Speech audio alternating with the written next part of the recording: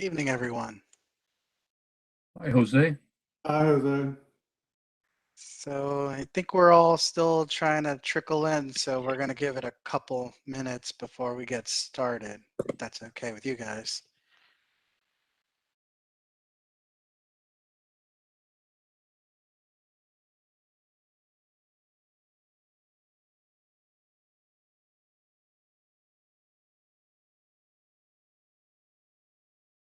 Just wanted to give everyone a heads up that we are recording. Thank you, Lisa. That's a good reminder, too.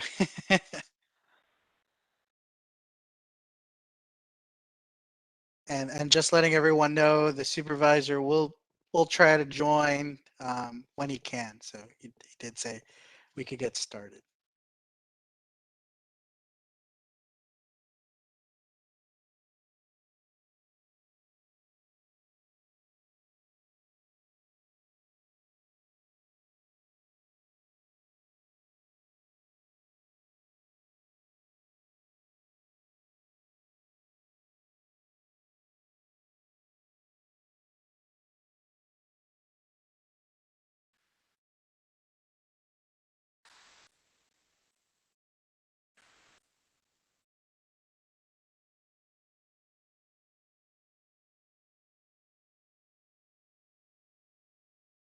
Evening, Jose.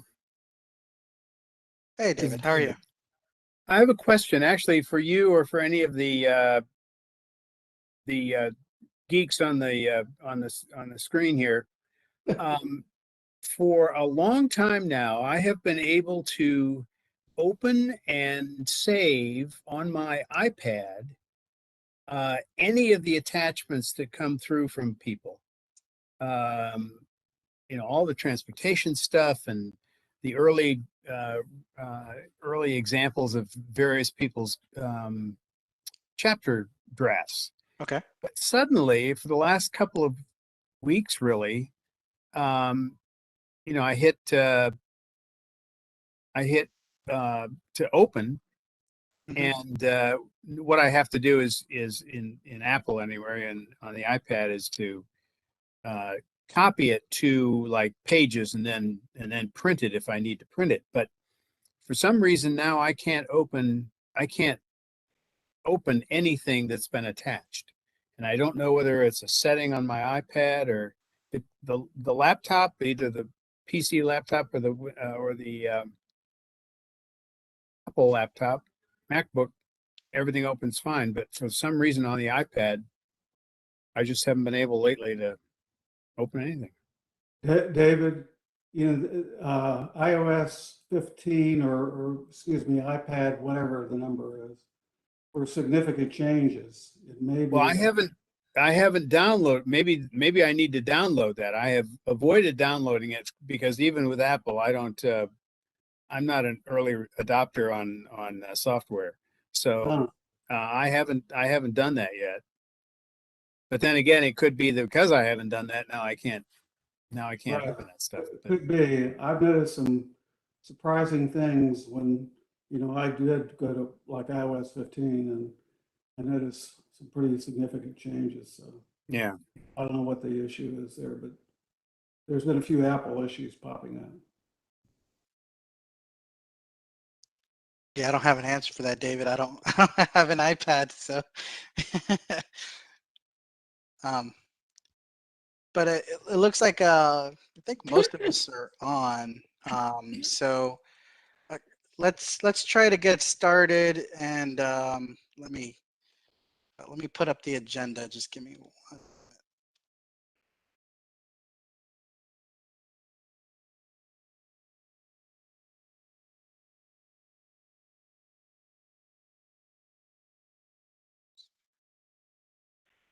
Alrighty.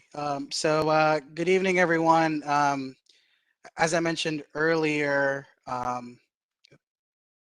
so the supervisor will be joining us when he can. I know he's at a board meeting that's still ongoing. So he's not giving the welcome. I will be doing that for him tonight. But let's go through the agenda, and if we have any questions or comments, please let me know. Feel free to unmute. I can't see everyone on the participant menu at this time. So at the last meeting, I think there was some good discussion about task force meeting dates, and it was recommended that we meet weekly, starting this week. I know we had that meeting scheduled for the 25th. So at this time, we are trying to meet on a weekly basis, and um, I haven't necessarily, crafted the dates other than, potential holds on Mondays and the occasional Tuesdays when there's a Reston P&Z meeting. But I think we may be in a good place with some of the task force discussion on some of these topics. But did anyone have any questions or comments or any concerns on some dates? I know that we're gearing into the holiday season, so we want to make sure that folks that want to travel can travel if needed to. So feel free to unmute if you guys have any. I see Tammy has a virtual hand. Go ahead, I Tammy. have John Carter is trapped in attendees. Let's bring him up. So Yeah, please. Lisa will do that, and I think he's up. Yeah, I'm he's here. I'm Okay. here. he's there. One other issue is that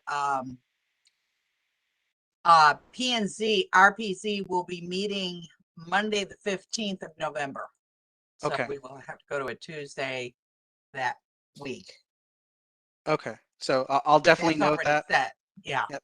We'll note for maybe the 15th is P&Z, so we'll try to meet that Tuesday, the 16th, if we need Thank to. you. Jose, are you anticipating Monday, the 22nd as well? Because I'm going to be out of town that day. That's the week of Thanksgiving, right, Mark? Correct. At this point, I think we had a hold there, but I understand that folks probably travel the whole week. If there's other folks in the task force that have, I guess, travel plans that week, that'd be good to know. So we may need to skip that week. Thank you, Mark. Right now, it was just a hold. Any other comment from task force members? Yes. Go, Jan. I didn't seem to get, do you have a list now of all the meetings? I don't seem to have gotten that. Is that No. recent? Yeah, Jan, I haven't created a list yet. Okay. Understanding that, the direction was to meet weekly. But if it's helpful, maybe I can create, at least show at a glance what we're looking at. Because we may not need all the dates, but that's a good point, Jan. Yeah, the only date that I would have trouble with is November 2nd, because I have a conflicting meeting. That's a Tuesday, right?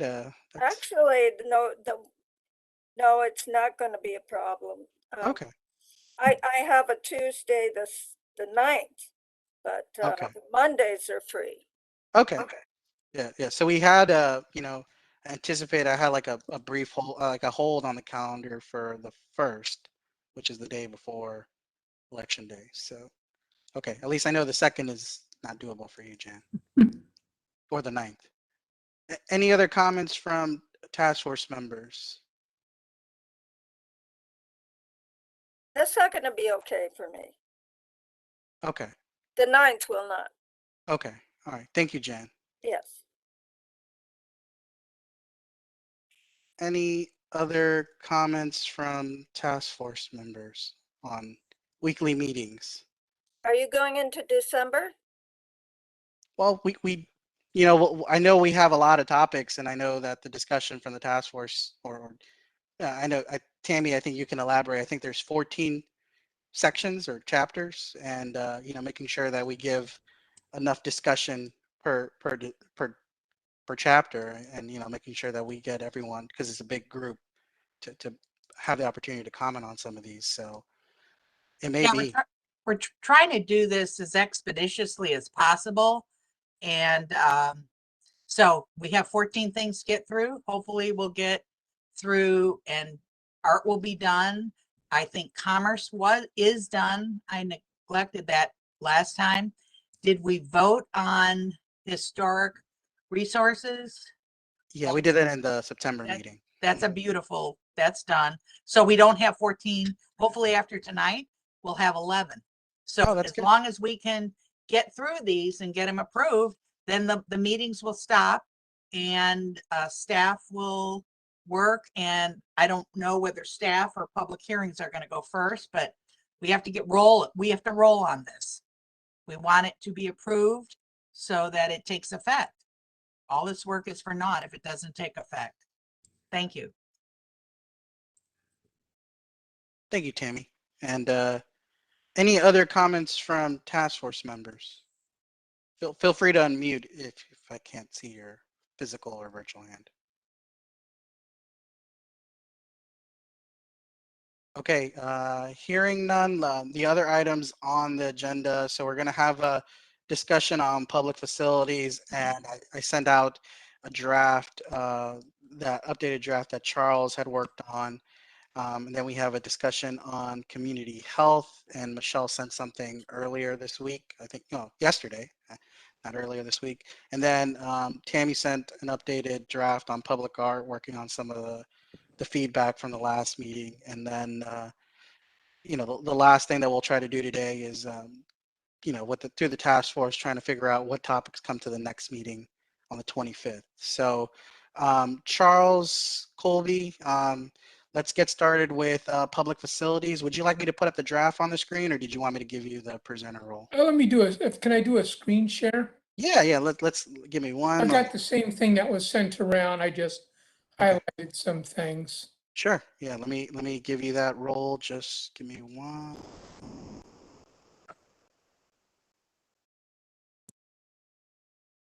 Alrighty, Charles, you should be able to share your screen. And if you have any issues, let me know. It's Okay. something's being shared. There it is.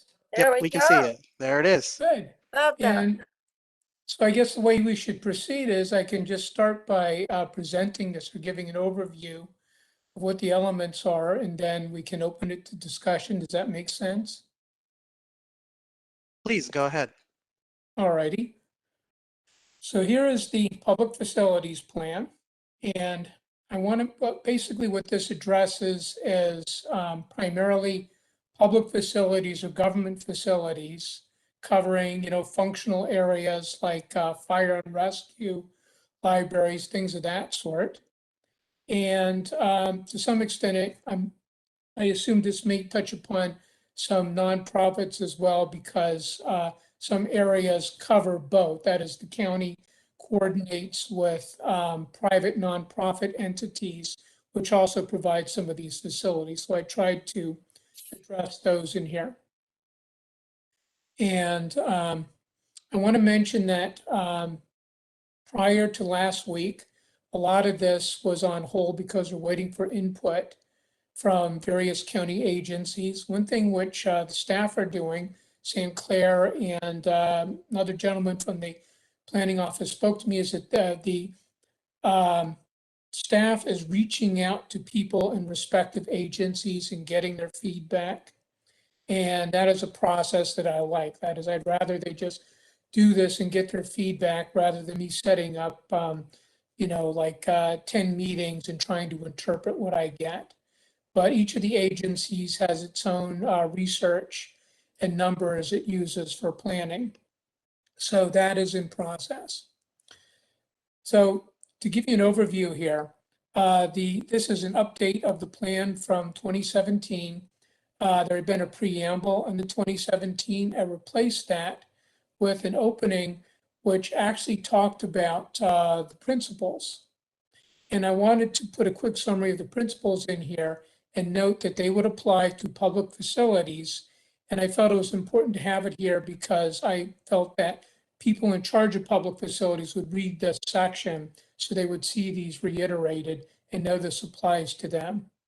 I also made a note that with public facilities, there may be opportunities to do certain things which are not really profitable for the private sector, like developers to do, for example, or private businesses, but which the county might be able to do, or government or nonprofits, which might actually make money or pay for themselves.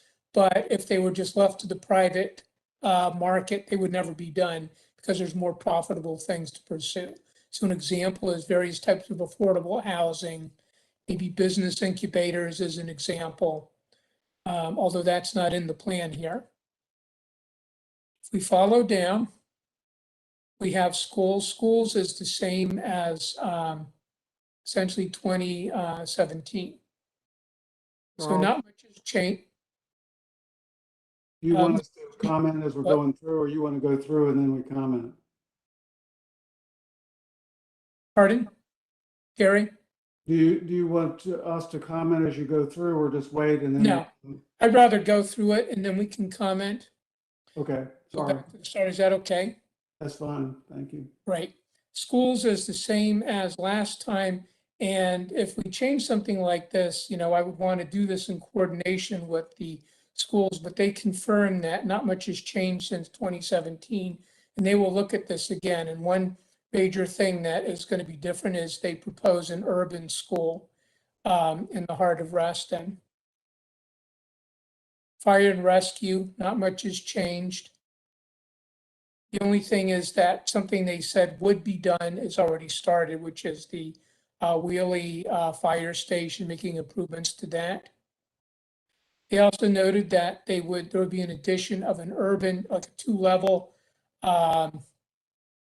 urban style station somewhere. So I just added some language that it would make sense for the county to negotiate with developers to ensure that such a space is available. That to me seemed like a win-win.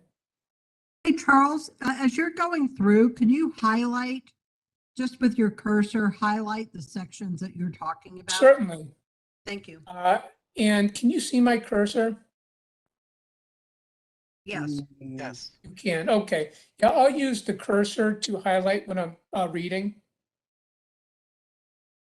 The previous plan covered schools, library, fire, and so on. So I felt it should be balanced and cover all facilities. So I recommended adding a section on police. And I added some language from the county plan on their mission. However, this would need further input from the police. The library is very much the same. Staff noted that there are plans to build a new library across the street from the current location near the police station. So I made a note of that. And then I just added a sentence on best practices that it should also be a place for placemaking and creating community. And again, I'd like the library department to review this. Next, and I did highlight some key things here, is Health and Human Services. This is one which is new. I added new language. And I did this because we have a substantial Health and Human Services component within Reston. It was not covered last time. There are some things such as housing and shelters, which are really not adequately addressed in the housing section of the plan. I don't think someone living in a camp behind, in the center of Reston outside can afford the affordable housing that we're proposing. So I tried to address that gap. But essentially, I researched Health and Human Services on the county website. And in Reston, it's really a system, like it's a group of both the county and nonprofits which work together to provide services. So I reiterated that language and noted that we already have substantial land and presence in the center of Reston where the government offices are. I did note that, simply a sentence, the county should continue to accommodate the growing population Reston. And hopefully I'm right here. I personally surveyed the site. It appeared there's also space if we wanted to add additional facilities in that Cameron Glen area where the government offices are in the center of Reston. I noted here that another vital resource, and this is covered in the county website language under Health and Human Services, but part of the resources for Reston is the the Reston Community Center at Hunters Woods, which has its own governance, its own board. So I made note of this because it is a resource. And I know we might have plans and aspirations to build additional recreational facilities throughout Reston. But I just made a note that this is a critical part of Reston that should evolve with Reston itself. And that there should be a focus on maintaining, expanding, and ensuring there's adequate transportation to the center from all over Reston, including parking, which speaking as someone who's about to go on Medicare. Housing is another area which is considered part of Health and Human Services. So I address this, but trying to address what is not covered in the housing section. So a key part is the Emery Rucker Shelter, and that's a key resource. So I noted this, and it needs to be maintained and potentially expanded as the population of Reston grows. I also noted that there's different types of homeless people, and I believe there are homeless people already living where we plan to put those nice new parks in the center of Reston. And often we tend to not notice them as we go by, but there is a segment of the homeless population which is not really, doesn't have issues like a large part of the homeless population of people actually just work and they're part of the economy. So I suggested it in here that we consider affordable housing, which is really more sub-affordable, but something that could be used to house people who work in the Reston area but can't afford really to live in affordable housing. And these would not be emergency shelters, more non-emergency housing for lower income workers. And at the same time, I'm thinking about the business community that also needs workers like that. And right now they either, very often will have to camp or come in from a long distance. Finally, we have water and sewer.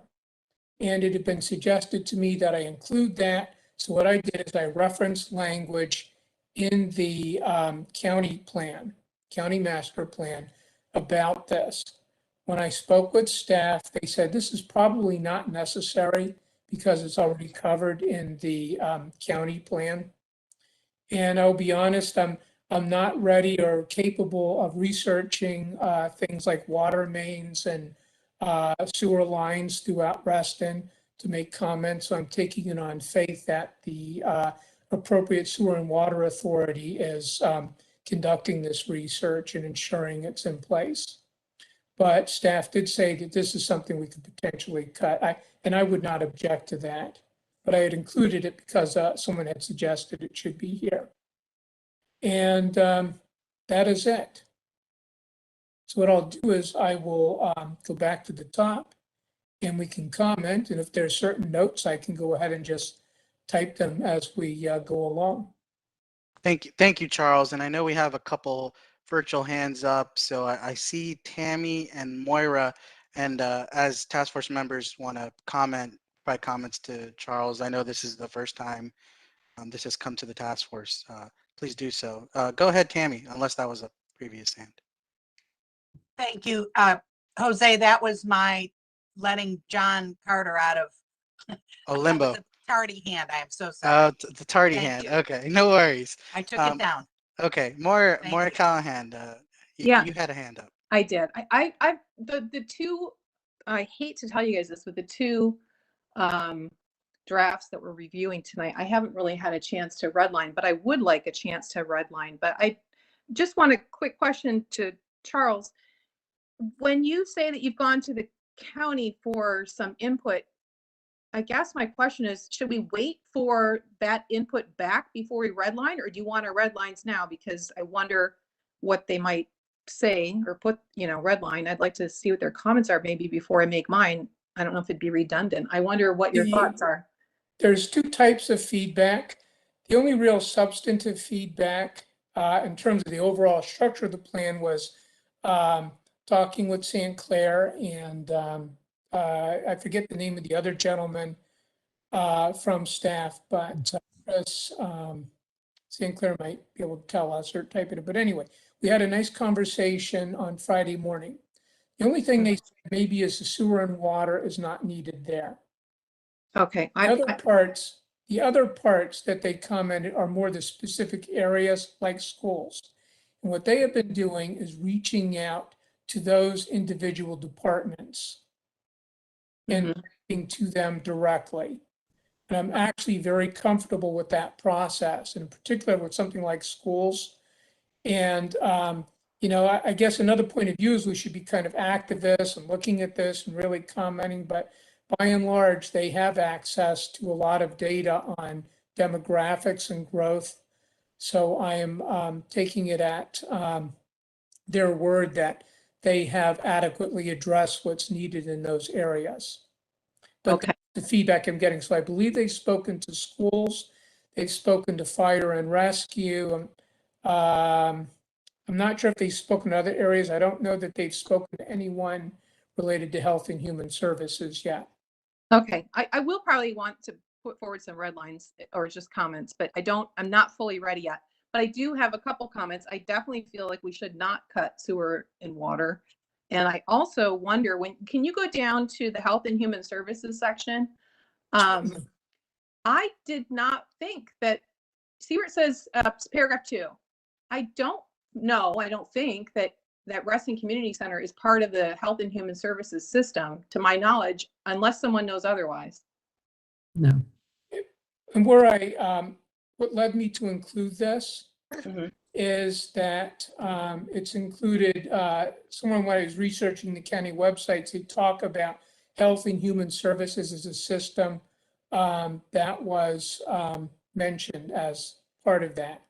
If we feel that this is adequately addressed in other parts of the plan, I have no objections to. But right now, even though it's a nonprofit, I did allow this to leak to talk about basically nonprofit entities. But I can talk to. This is Anna Ricklin. I'm from the health department. I just want to speak to the Reston Community Center. It is part of the HHS system, actually. Okay, the Reston Community Center director reports to Chris Leonard, who's the deputy county executive for community services, which is the new name for the health and human services system, health and human services branch of the county. So actually it is accurate to list it here. So thanks. Okay, and Yeah, I've got another and question just- for you. Glad you're on the I phone. want to make sure that it's addressed somewhere, and it could be in other parts of the plan, but and it might have more profound uses than merely recreation. But so that's why I included it.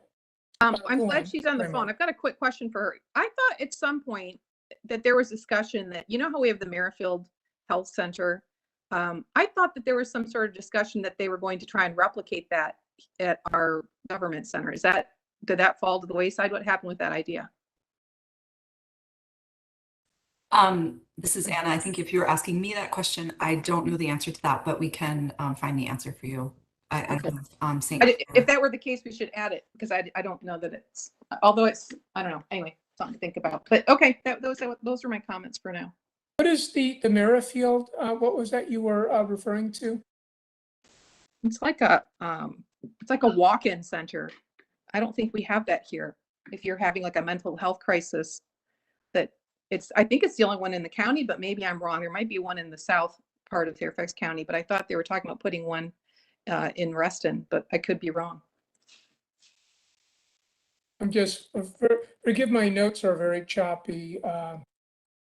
So help, I'm just putting shorthand Visa, the Merrifield. Yeah, I don't know that, I don't know the official name of But I want to Merrifield. make sure that we have things covered. And I think probably something like that, you know, it would be an asset. I used to have notes on that. I'll go dig them up. That's why I was thinking I'd like to add some comment, but I don't have them at the ready. So when I get them, I'll add them. Thank you. That's all I have for right now. Thank you, Maura. And I see we have 4 new hands. And so I see Dennis, Gary, Lynn, and Bill Penniman. Dennis, go ahead. Thank you, Jose.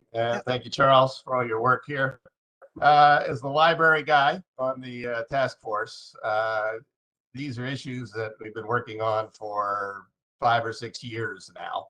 I would be happy to, Charles, send you some thoughts on this section. There's a lot in here that's been overtaken by events. Block 9 is unworkable. It's not going to happen. We need to have a regional library, not an urban library. There's Virginia code requirements that touch on parking and other issues like that. So, I mean, there's a lot of stuff that that goes into this that wouldn't be immediately apparent coming at it. So if you don't object, rather than taking a lot of time today, I'd be happy to send you a couple paragraphs and take a look at it, and then we can talk about it. I would appreciate that. And okay, thank you. And all throughout, I want to focus on, there'll probably be limits to how much we can include, but it could be very pertinent. And also trying to think of this in terms of how all of this fits into a plan, which really talks about things like land use and so on, and how it interacts with the rest of our SimCity thing here. Yeah, I'll let my colleagues on the land use committee talk about town center north issues. So I'll turn it over to them. But thank you, Charles. Thanks. I'll send you something the next day or so. Okay, I will look for it. Thank you, Dennis. Gary Moppin. I'll just a couple comments to follow along with Dennis. There are other things that are going on with Reston Town Center North that Lynn may comment on, but basically we've talked about the things that will go in there and so forth. And of course, the county has a plan for not only the library, which Dennis is going to send you information on, but the shelter is going to expand. That's already, a kind of a plan for the county and in Reston Town Center North. It will be an expanded one to talk about some of the issues that you have, laid out there, but it's covering those kind of issues with also transitional housing. I don't see my person from the county on here, but basically that's it for that. And of course, the county office building is a consolidated office building that will come into play here.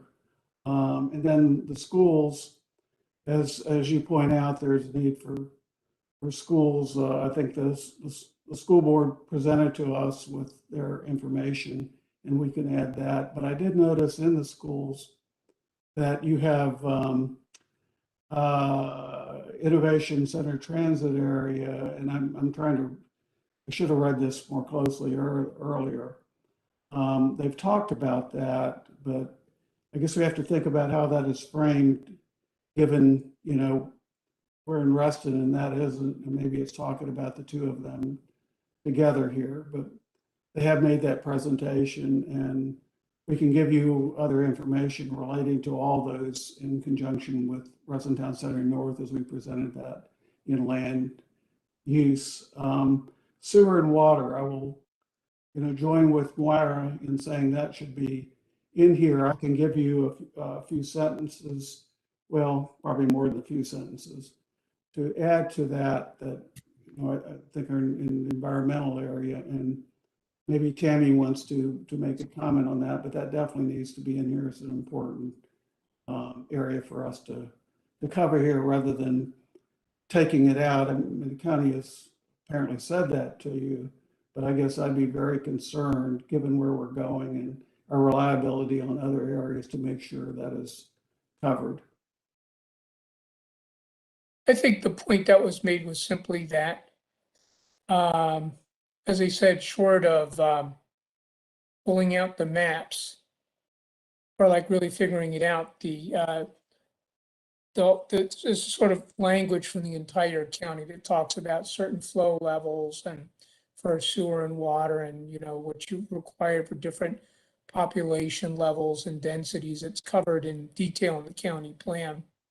So a lot of it is, I referred to the standards in the county plan. I footnoted them also as to where they're located. Right. I guess I just concerned with where we're going on that and whether we, are prepared and we don't need words in here that really spell that out. I'm certainly not the expert. I think that's Tammy and Bill. But, you know, I can give you some words relating to that, but they can probably even give you more and look at an environmental area as well. I added some language. I don't even know if it's appropriate here. This is my own just addition off of theirs. But I just added some language. The county should also review existing current capacity against planned land use over the next 5 years in this plan and recommend necessary upgrades to ensure planned development is not stalled due to lack of capacity. That's a great point. Thanks for I doing have it the other way around. your work on this. You know, I you also kind of put been it- running on your own here.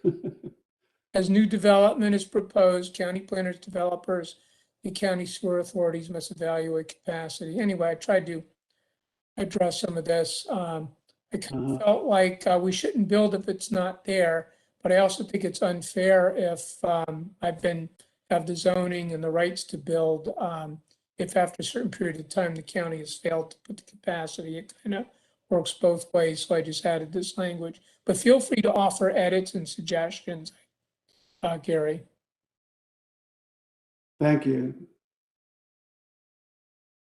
Thank you, Gary. So I have Lynn, Bill Penniman, and then David Vanel. Go ahead, Lynn. Thank you so much. Charles, thank you for the work on this chapter. I did want to let you know that I think you know that we are still in the process of building out the content for the land use chapter. And there are a lot of points that you are making in your chapter that really relate to land use, specifically the library, the shelter, the health and human services facility that are all occupying that Reston Town Center North civic green square area. And I would caution you to make sure that you are referring readers to the land use chapter and ensure that your content is updated to match what is going to be included in the land use chapter as the final text.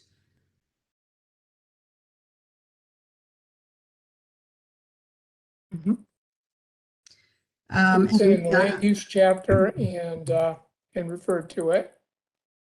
Yes. Okay. Yeah, just, well, refer to it, but also update your text so that we're in congruence with our respective chapters. Because in terms of data accuracy, we want to ensure that anything that pertains to the library or the shelter or any of the civic public facilities that are going into that Reston Town Center North Central Civic Green are going to be reflected in this chapter as well. Okay.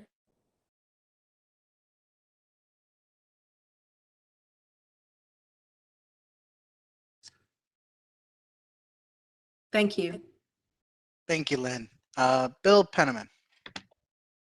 Charles, you covered a lot of information that I have no basis for an opinion on, locations of fire departments and things like that.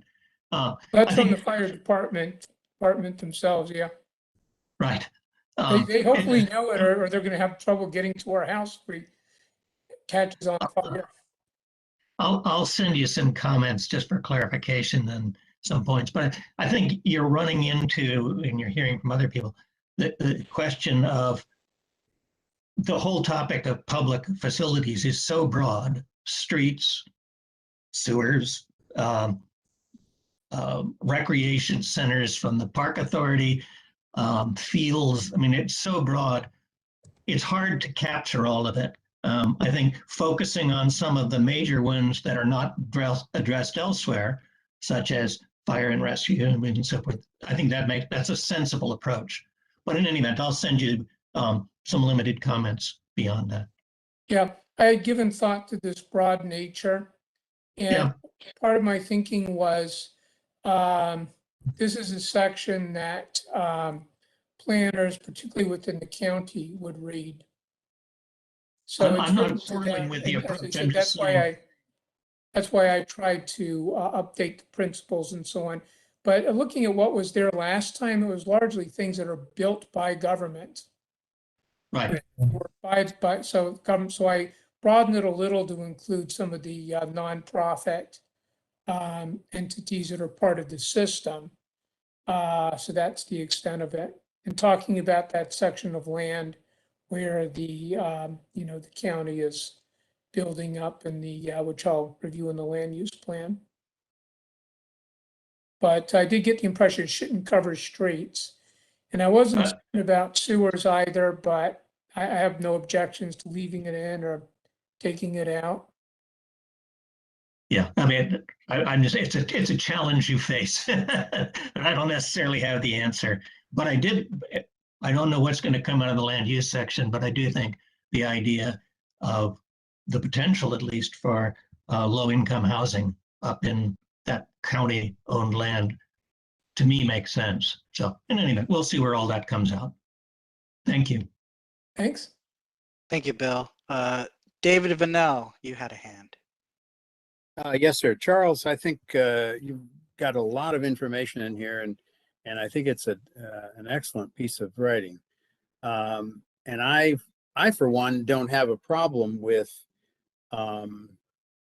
things in more than one section of this effort, as long as they're they're cohesive and they understand, the two sections understand what the other's trying to say. The only specific thing I would suggest is that you have a lot in your health and human services or health and social services section.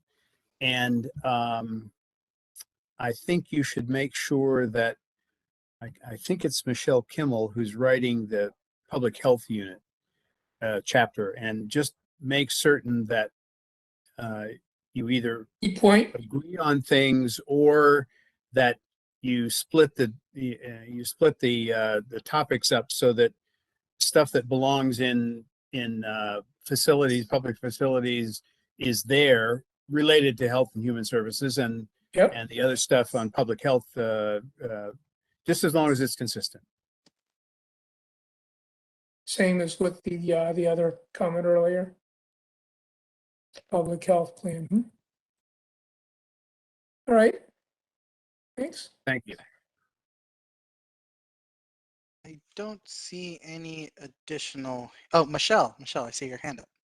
Yeah, hey, I just wanted to add one thing. I think it might be a good idea, instead of just focusing on one community center, if we talk about the others as well, and perhaps it's its own section. And we can get together and figure out where they go, if they're here, or if it's in part of social cohesion under health, or where everything needs to go. But that's my one suggestion, is that we should also mention Southgate and Lake Ann as well. And then I do just want to touch on one idea, though, that you put in, that I'm just struggling with a little bit, on the notion that affordable housing won't be provided by developers, nor would business incubators or small business space. And I just think that I think we should strive to incentivize that, and I don't think we should just write it off.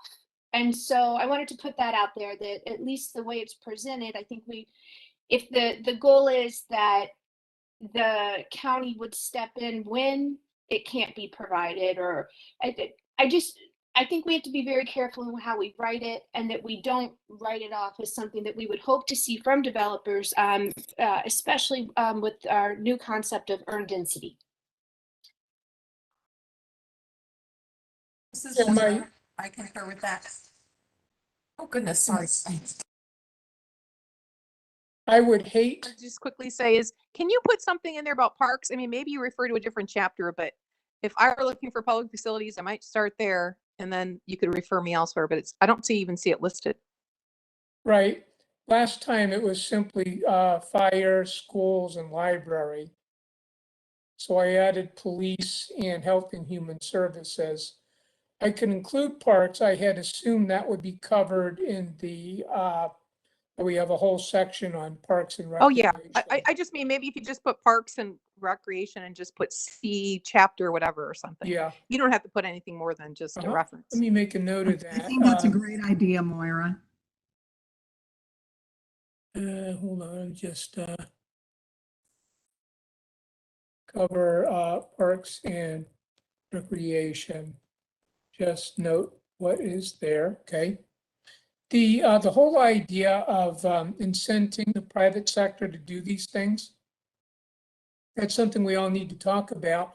I have probably mirrors conversations we see all over these days in the public sector, but I have a fear that if I want to do what's hopefully propose what's realistic, or if we propose alternatives like incenting the private sector to do things to make sure that it doesn't stop government from addressing it if possible. So what I was proposing was beyond the emergency shelters is housing that might actually be profitable, but certainly not sufficient for a developer to want to invest in. But I could add language that we should try to encourage, the private sector. But if I had any ideas on what those incentives would be, I could include it. Charles, this is Mark. I'm based on the conversations this group has had previously, I'm not certain that the incentives that are typically used in other jurisdictions would necessarily find favor here. In other jurisdictions, there are multiplier effects for density. There are other incentives in terms of by right development options that are geared towards affordable housing and other things as a way to try to incent that type of use. And there are developers, private nonprofit developers who build affordable housing, but they typically do it where those incentives are, I'll say, appropriately scaled to where it makes economic sense for them to be able to do it. And I wonder whether there's a disconnect between the theoretical desire to have it and the incentives that may be necessary to actually make it happen. Maybe that's just my reading of the tea leaves based on the conversations, but it's at least worth pointing out. Maybe there's some things we haven't thought of. And one group that would benefit greatly from this would actually be not developers, but the business community, which is probably right now struggling Yeah, with workforce issues. I know David Vanell has looked into this in some detail, and so I don't want to speak for him on that, but it's a conversation. Thank you. Thank you, Mark. And I do see two other hands. Oh, and I think Michelle also has a hand. So I see Tammy, Jan, and then Michelle. And then if there's no other hands, we'll move on. Go ahead, Tammy. Thank you.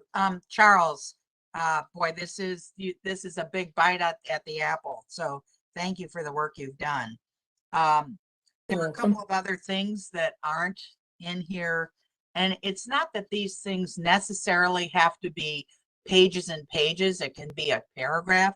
And I think various people have expertise, like Bill Penniman's been a governor on RCC. He could probably write that up in 2 shakes. Ditto Dennis on the library. Jan has been involved extensively with Southgate.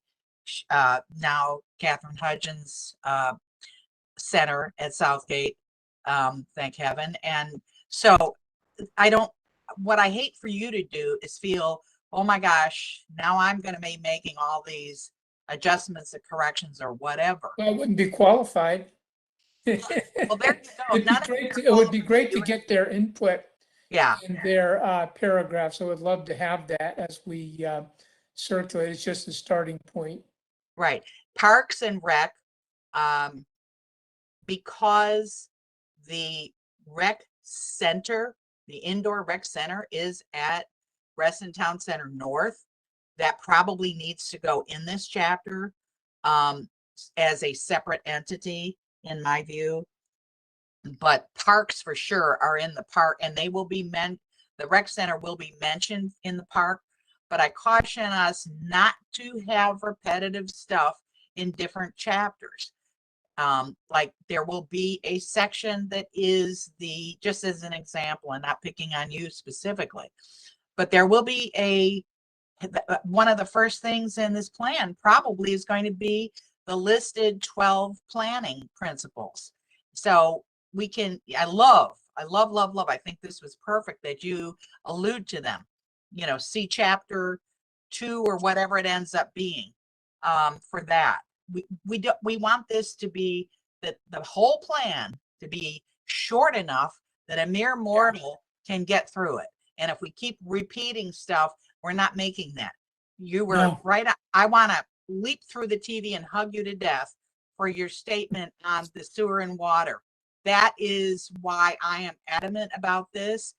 The capacity is assumed and has been assumed. Dudes, the mop has flopped.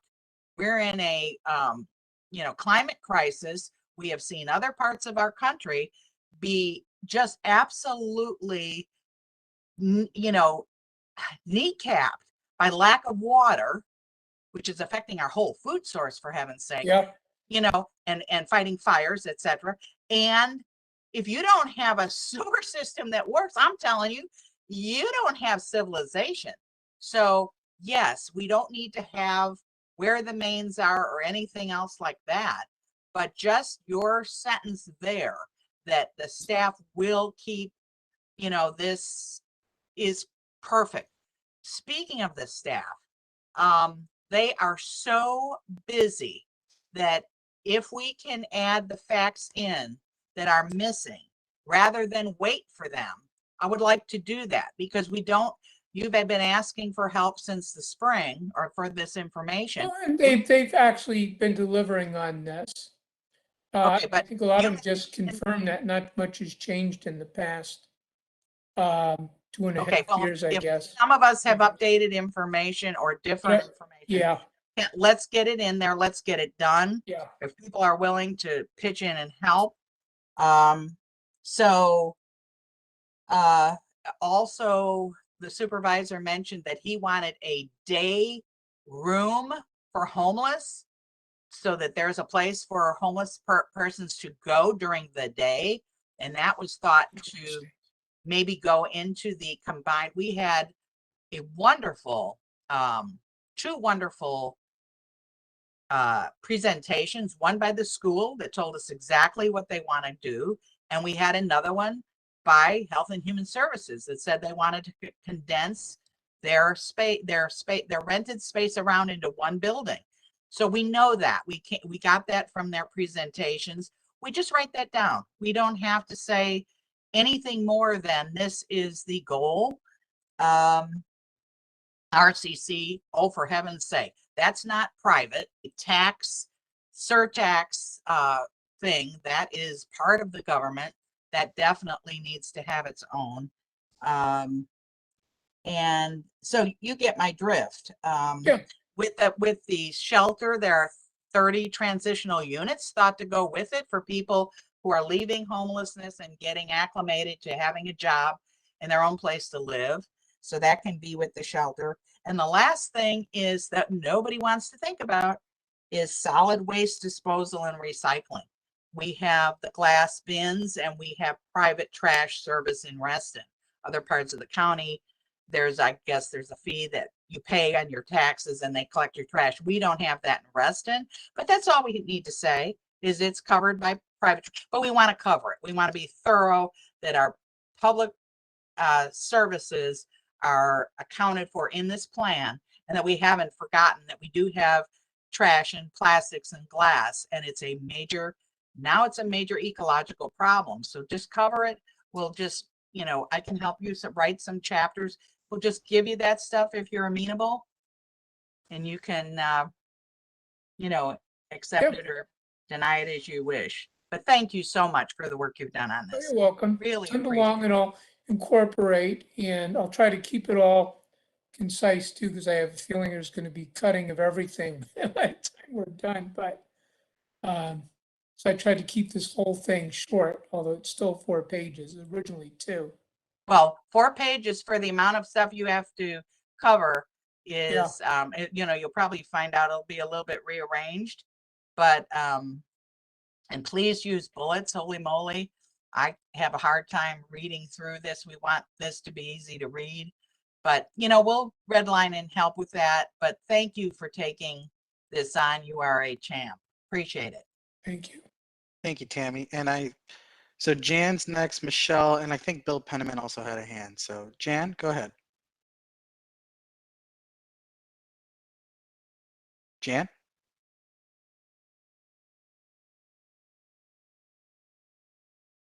I simply forgot to take my hand down, so it's down now. Okay. Jan may be in the same situation. I don't know. Okay. We go again.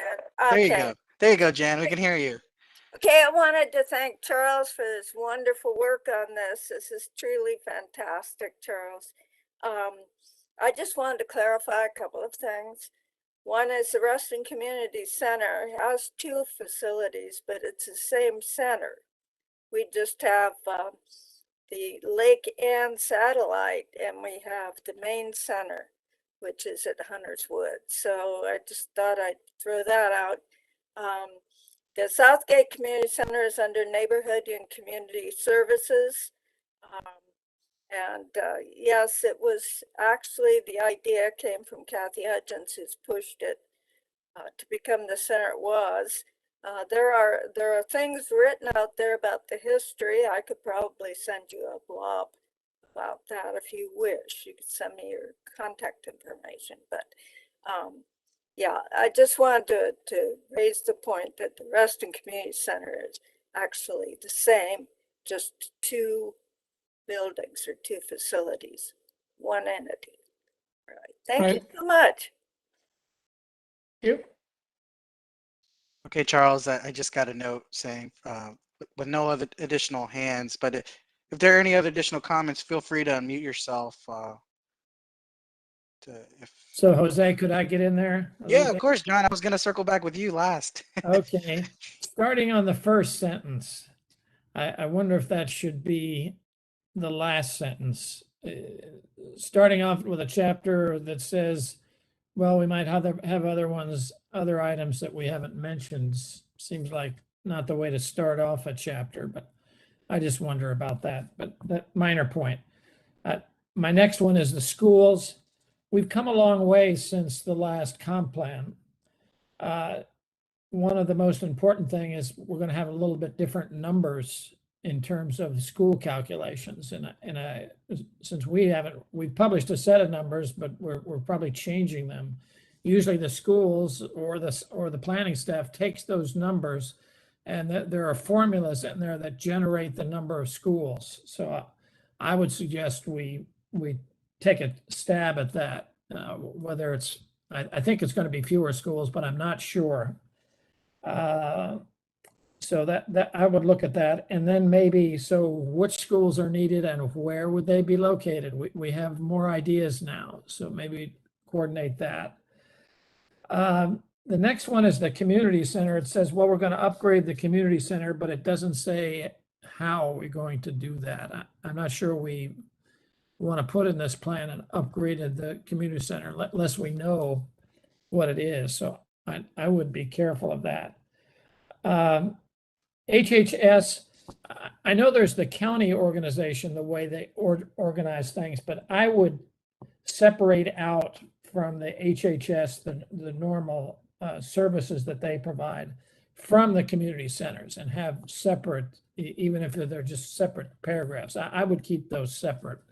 I think it makes more sense in a planning document. I get what the Fairfax County is saying. It's under one department, but departments can change, and So I would suggest doing that. Water and sewer. I don't know what that says really, unless we're just referring back to the policy plan about it. Usually, or sometimes you would have a map. Where is the sewer service envelope versus the non-sewer service? And there'd be a statement, are we expanding this, I mean, we have places in Reston that are on septic. I don't know if we have places that are on private water, I'm not sure, but usually there's be a statement of, are we expanding that? And that has to do with the density and the location of future development. So it seems like we should, if we're going to have a water and sewer, it ought to say something more than just refer back. We talked about RTC North and coordinating. Somebody said add the recreation center. I assume all the other parks would be in the park recreation open space, but I'm with whoever said that a recreation center probably belongs here as well as in the open space. I would take the housing out, except for the homeless shelter, the ones that the government's actually going to apply for. I think David Vanell probably has a pretty good chapter that describes those. So there you have a gap. Yeah, maybe there's a gap. Emergency shelters and affordable housing. Yeah. And When then you have the people who might leave an emergency shelter, a hypothermia center, and they head off to jobs in the morning, there's nothing for them. Yeah, that probably They can't belongs afford, in this chapter. what we call, they can't afford, they don't make 60% of the median Yeah. income. I thought, not to be critical, but I thought that chapter was a Right. little long. And my last two would be the Performing Arts Center, that should be in here. And my last comment is maybe a table. And the last comp plan had a table. And the table has what it is that we're proposing, where it's going to be located, to the extent that we know, and then who is going to be responsible. Is this going to be solely Fairfax County? Is it going to be state, or is it going to be private, or is it going to be a combination? But a table might help you get through this in a more efficient way. I'm a table guy, actually, but a table might be useful here. So those are my thoughts on this. So take them. It will be where it will be, its use, or maybe the proposal, and What it is, where it is, and who's building it. Who's responsible? We have the same table in Parks and Rec. So if you follow the headings that are in the Parks and Recs chapter, it will be congruent with that chapter. And it may, if you put it in the table, you may be able to cut down on the text a little bit. There's no point in repeating the text and the table saying the same thing, but that might help. It makes it clearer for someone because a lot of people just want to read what is it and where's it going and when am I getting it? That would be, we probably can't do that. But. So I would suggest a table, and the Performing Arts Center, I think, are the ones, and then keeping the Recreation Center in. I think we didn't mention that, and separating the housing stuff. Okay. Thank you, John.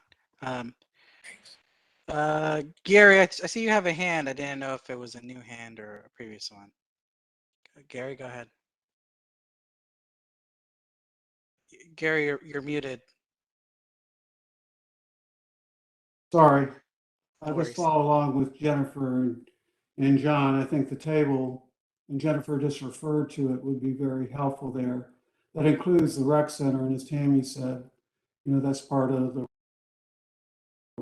tie in with that. And as everybody said, is we can, Tammy especially, if we can, cut the words by, referring to the other areas and have those congruent, as Lynn mentioned, it will all sing together a lot better, along with the table, as John and Jennifer just mentioned.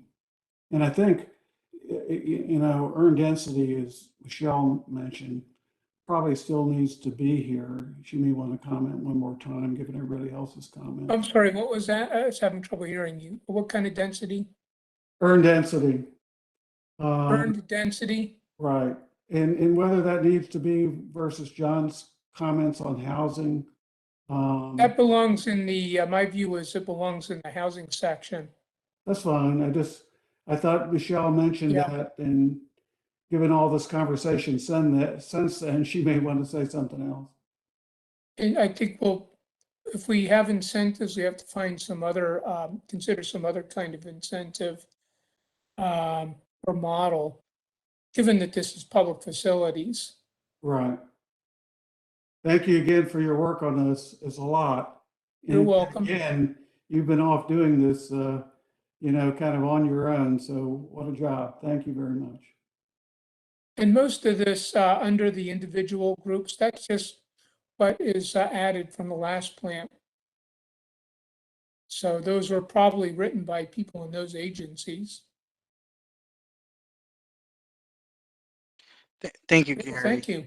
Thank you, Charles. Thank you for bringing this forward. And I can see you're going to work on some of the comments that you're going to receive from the task force members. Thank you so much. Thank you. See, are you gonna unshare me? No, I want you to unshare. I have to do it. All right. Okay. Let's see. So just one more thing, if I could, Jose. Yes, go ahead, John. The Performing Arts Center. So make it clear that that is not an RCC function. I think that's one concern that I know some people have about that. So when you try to explain who's going to build that good luck. But that's we don't want that to be just a Reston facility, I guess is the point. This is a Dulles Corridor facility, or at least maybe a Western Fairfax facility. I mean, I think, well, this is Bill. I mean, I think how it's done through what structures remains an open question, but I don't think we should rule out anything until we see what their proposals. Yeah, so we know where it's located, so we do have that. Right. John and Bill, what's the status of that? You know? I think we've got a few more months to go through. Maybe Bill knows better with I forget who's working on that. Bill, it's Lila Gordon is she's putting together how big is it going to be? What are the financing options?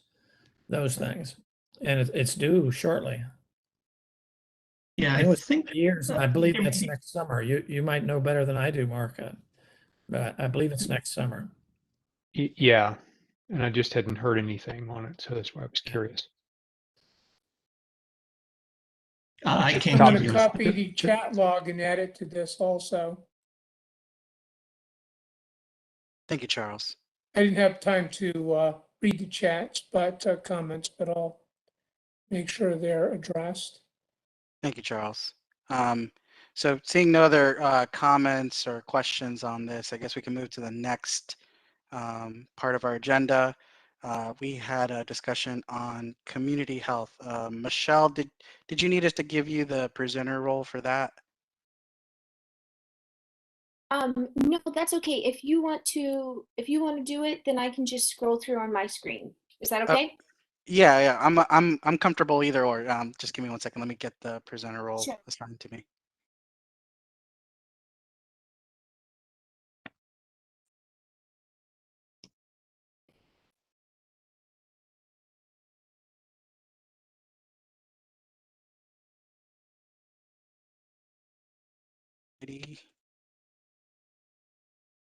I hope I have the right document up. Yes, I do. That's it. There we go. Okay, so this, as everyone knows, is a new chapter. We have not had it reviewed by staff yet. So right now we are looking for guidance from the task force on moving forward and to see, just any input that folks have to offer. So the reason and the thought behind adding it is to highlight the role that health plays in the success of a community. And specifically how it has already played a role in the success of Reston, and how we have to encourage a healthy Reston going forward to really continue to be a nationally recognized city and or area for a place to live, a place to start businesses, and a place to move if you want to have a good job with access to all that Reston has to offer. And so we saw that we were highlighted by Money Magazine this year as a top place to work from home. And that's due in part to the health that of the community and how it really does invite a healthy lifestyle and living. So we've gone over before just the general outline that would be included, and I'll try to just go through this briefly and not do a line by line, and then ask if anyone has thoughts to add. But the 7 topics that are focused on right now are, first, just improving access to healthcare and services, and this could be incredibly important going forward, both as our population increases, and also, we're not guaranteed that we will have all the facilities that we have right now, especially as we look at what may be going in Town Center North. We could possibly lose an emergency room. And so as we're gaining more people, we're losing services. And so we have to also ask, what can be done, and will our only hospital, Reston Hospital, even have the land or the room to expand? It seems hard. I'm not quite sure where they can expand to right now, just given their location. But I think that should be a concern for everyone. Also, there are certain facilities that we just do not have. We do not have an affordable long-term care facility. We do not have a skilled nursing facility. We have, I think it was, right now we have 4 assisted living facilities, but those are not the same as a skilled nursing facility. And it's also just cost prohibitive for a huge portion of the population. So as we're looking also at potentially an aging community, we also have to make sure that we're going to have the services to provide for all residents. So that was the broad strokes, what we wanted to do. And I think I should take a step back. Since this is a new chapter, it's not going to be perfect, and we're not going to be able to envision the next 10, 15, 20 years. This is really trying to get a start, and at least if we can include some things on what we have and what we're missing, I think that would be very helpful. For instance, it's just would be out of we would not be able to do a full analysis of the market for healthcare services, but we can at least look and say, well, do we have the hospital beds that we would need? Do we have the providers that we would need? If not, are there ways we can incentivize, or at least, preserve the numbers that we have? So one of the ways to at least start that conversation is to have a map and to show what's already there. So that's one of the goals. Then with anticipating and meeting future needs, we would need a further assessment to really know if we're on track or if we're going to fall behind. But at least now we can say too that, and this is just an idea, but if there's other ideas, I think we should absolutely discuss other possibilities. But from my understanding, it's difficult to transition office space that into medical use. And so really we'd like to, if possible, preserve those buildings that are already zone properties currently used for medical use. And so so to the extent that we can really encourage that, I think that that would be good. But again, you know, if there's other ideas and thoughts, that would be wonderful to have.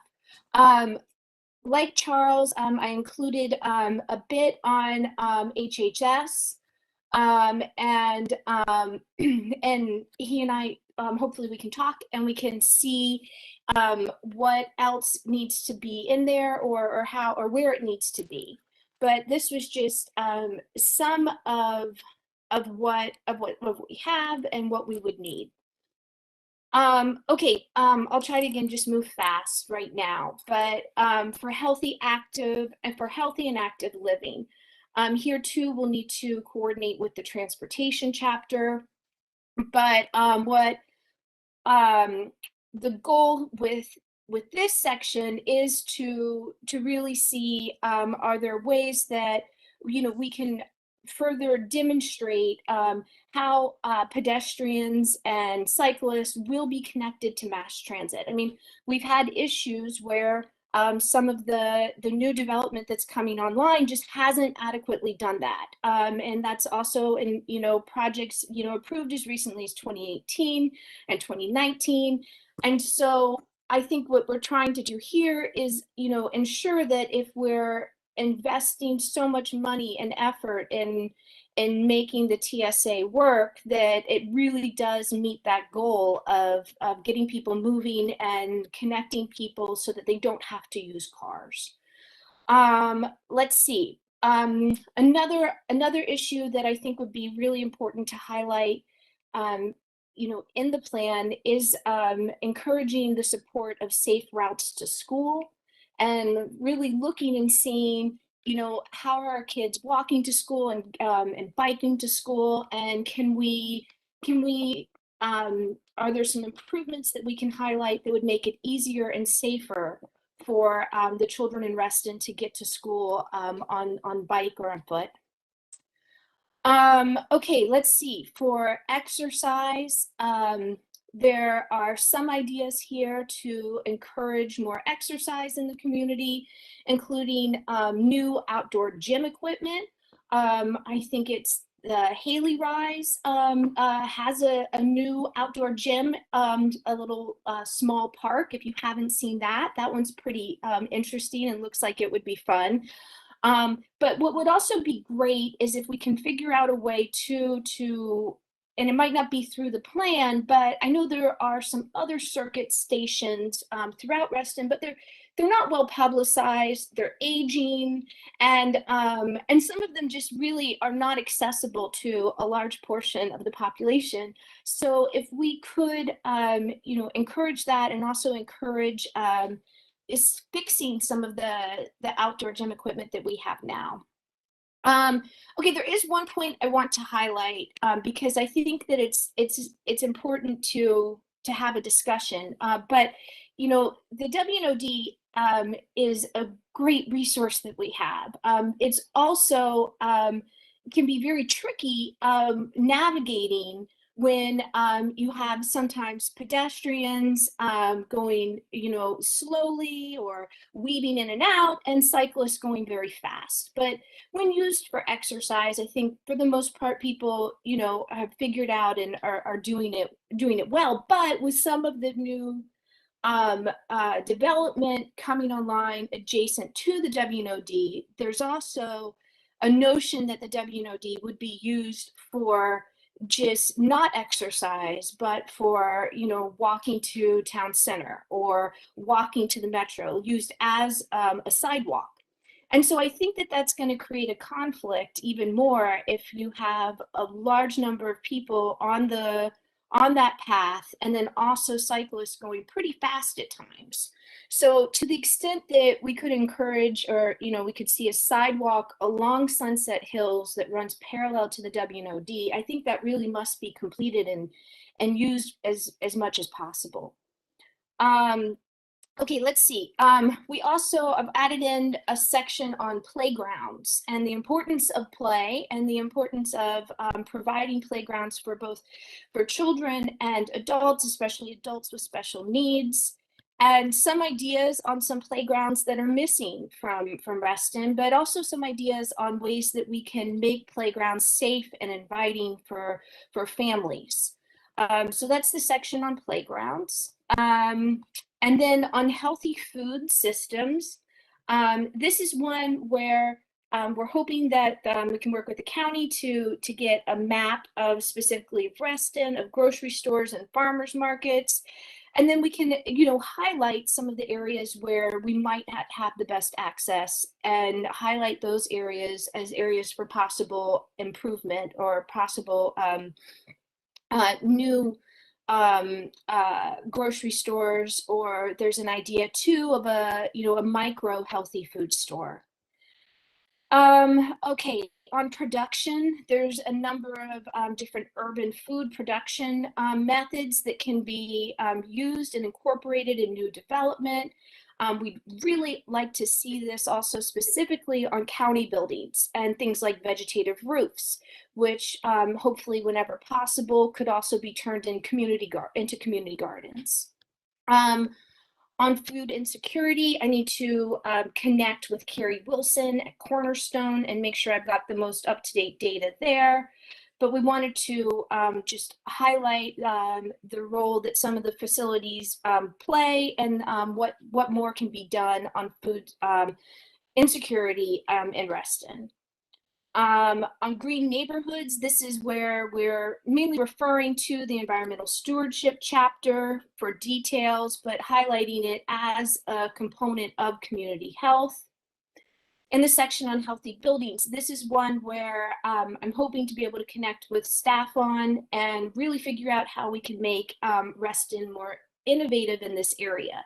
These are some of the recommendations from Harvard's Healthy Building Principles. And so that was the start. And then what we wanted to see, though, is how does that translate into Virginia, and what can we do here to really stand out and show that, the buildings that will be developed in Reston will prioritize and optimize the health of the tenants.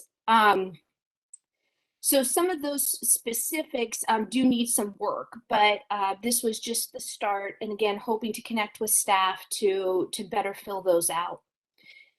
And then let's see, on emergency preparedness, just wanted to include some language here on what we would need and redirecting to public facilities. So hopefully I can connect with Charles there. And then finally on social cohesion, these are both, this gave an area to further define and explain the community engagement process and development, and how to engage the community in the land use process, as well as 3 ideas at the end. One is really, it's an important part of Reston that you're able to, it's a community where you could live your entire life and you could age in Reston. And, and this notion of aging in place is incredibly important, but we have to, again, ask ourselves, have we provided that? And one thing that is missing from our community would be something that is still connected to the whole community, but offered housing for seniors as they age through the process, and not just individual assisted living facilities. So that's the notion there.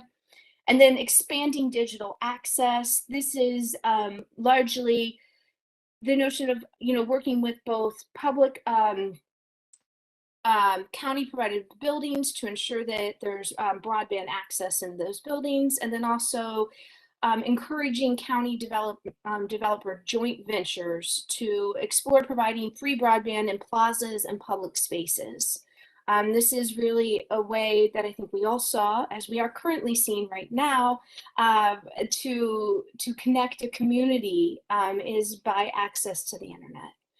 And then finally, connecting Reston neighborhoods. This is touching on the notion that, the Dulles Toll Road and some of our other major roads really serve as a significant physical barrier separating Reston neighborhoods.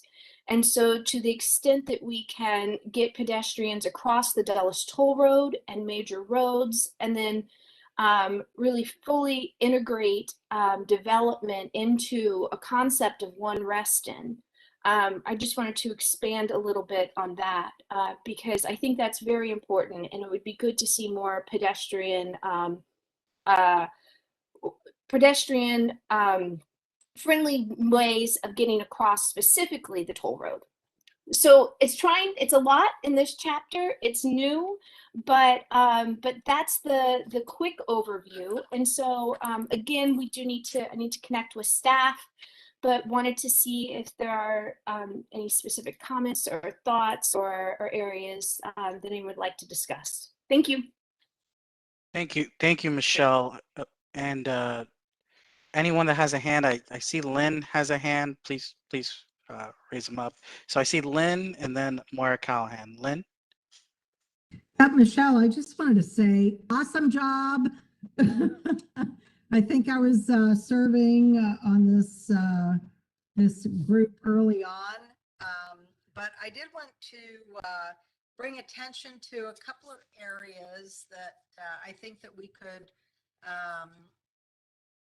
expand on. And one of those is in the early on, you had talked about the recreation in Reston. And I think that this also ties into your aging in place.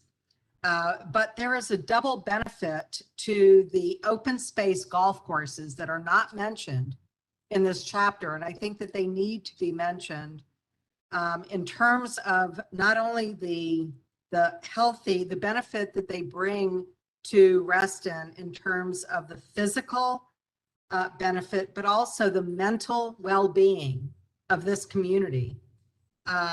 So I'm sure that not everyone on the task force is aware that golf was one of the few outdoor activities that were considered safe and protected from the spread of the coronavirus in 2020.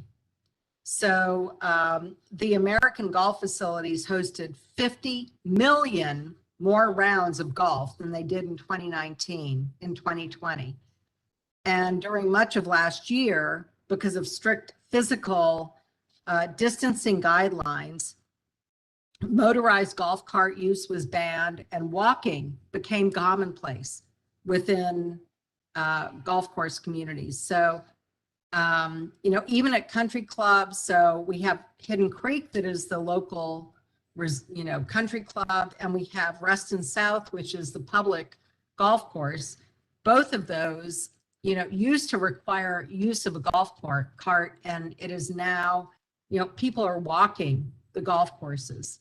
So I really do think that we're missing a key component in, calling out that, golf, the two golf courses in Reston are a key component of what makes Reston. People have come here, businesses have come here, and they have called that out as one of the attractions. So I think that it really belongs as a component in this chapter. And I hope that we will make every effort to include that. Thank you, Lynn. Thank you. Thank you, Lynn. So I see Maura Callahan has a hand, and also Chris Daniel. Maura, go ahead. Yeah, thanks. Thanks, Michelle. I'll go through this a little more thoroughly and give some specific comments later. But when I was listening to you speak, it brought to mind, especially when you talked about there only being one healthcare facility, it brought to mind actually the town where I grew up, which went through an enormous economic development and growth. And I don't know how they did it, because there's a lot of wealthy people that lived in that city. And my mom was amazingly actually very instrumental in the development of that city as well. And one of the things that they did as a community is they encouraged the local healthcare. They basically created a draw for healthcare companies to come in there and they created like a medical mile, and they it's now like an area for cancer research. And I think they worked with a lot of the colleges and universities in the state. But I don't know, I'm just thinking like maybe as we're going through this plan, we start thinking a little bit more, futuristic, and what do we want in Reston? Maybe we want to think of a way that we could use some of those vacant buildings and maybe try and find a way, if we write it, it will happen. But if you could encourage medical community, medical to come into Reston. I've talked about, putting in a children's museum. And another thing I thought about is, what about, we have Nova, and that was supposed to be an intellectual corridor. What about encouraging satellite campuses to, that's more of an education. And I thought about that for the education one that we just talked about with, I think it's Chris.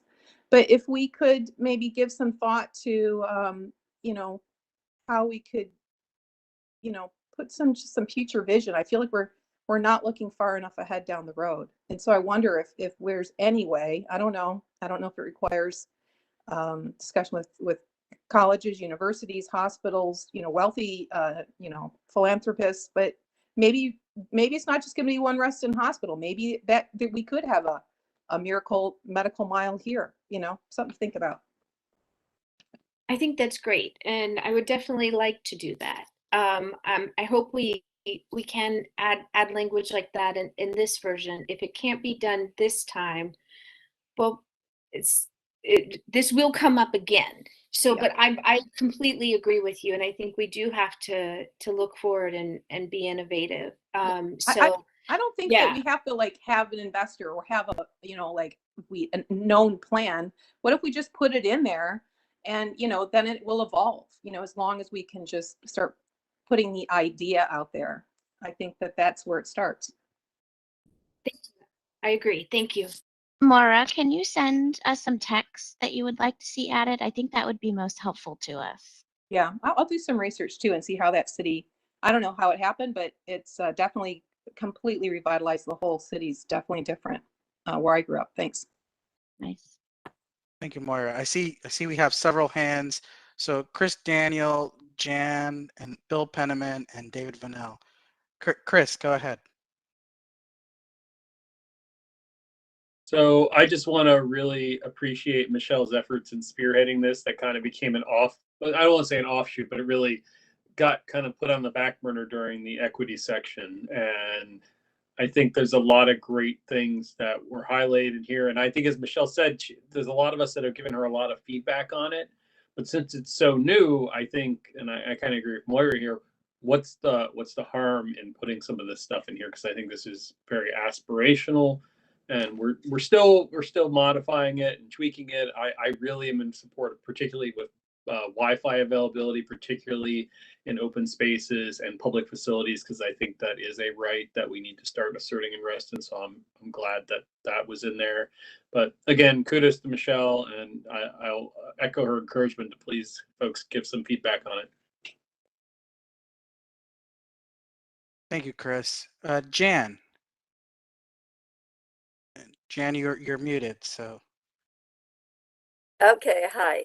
I just want to congratulate the wonderful work that's been put into this. This is fantastic. And I want to offer my support to Moira's suggestion, and definitely Lynn's suggestion about the golf courses and how they promote health, and Moira's suggestion as well. It's really exciting.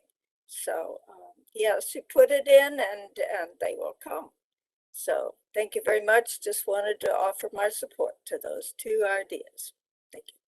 Thank you, Jan. Bill Penniman.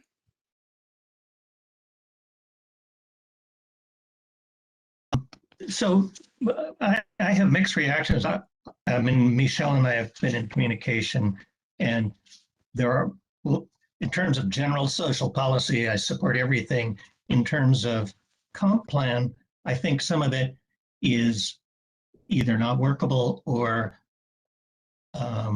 overly prescriptive. And while she was talking about reviewing the ideas, she used the word encourage a lot, which I certainly support, but there are a lot of musts in here that I don't think make practical sense. You know, that every building must do this or must do that. There just isn't enough space or any sense in every building doing certain kinds of things. So my suggestion would be to continue to support the general concepts, but to shorten it and make it less mandatory in many places. In some places it does belong. Some things like water quality is controlled by a totally different organization and I hope the county is doing a good job and the water authority is doing a good job, but a Reston comp plan does not regulate the water authority. And so that's the broad comment. I mean, things like mandates for certain kinds of health food stores. Again, I support health food stores. You can't mandate them in too many places, or any place for that matter. So those are my general comments. As far as the golf course goes, I don't think we need a special praise for private golf courses any more than we need special praise, unless you want to do it for consistency with the YMCA, Southgate, the Reston Community Center, the pools, the Reston Association pools and tennis courts, and all the other things that are fantastic in Reston. But singling out, two golf courses, one of which is a country club, I just don't think is appropriate. So at the general level, those are my comments, and I can give more specific ones as appropriate. Thank you. Thank you, Bill. So David Vanell and then Lynn had a new hand. David. Thanks, Jose.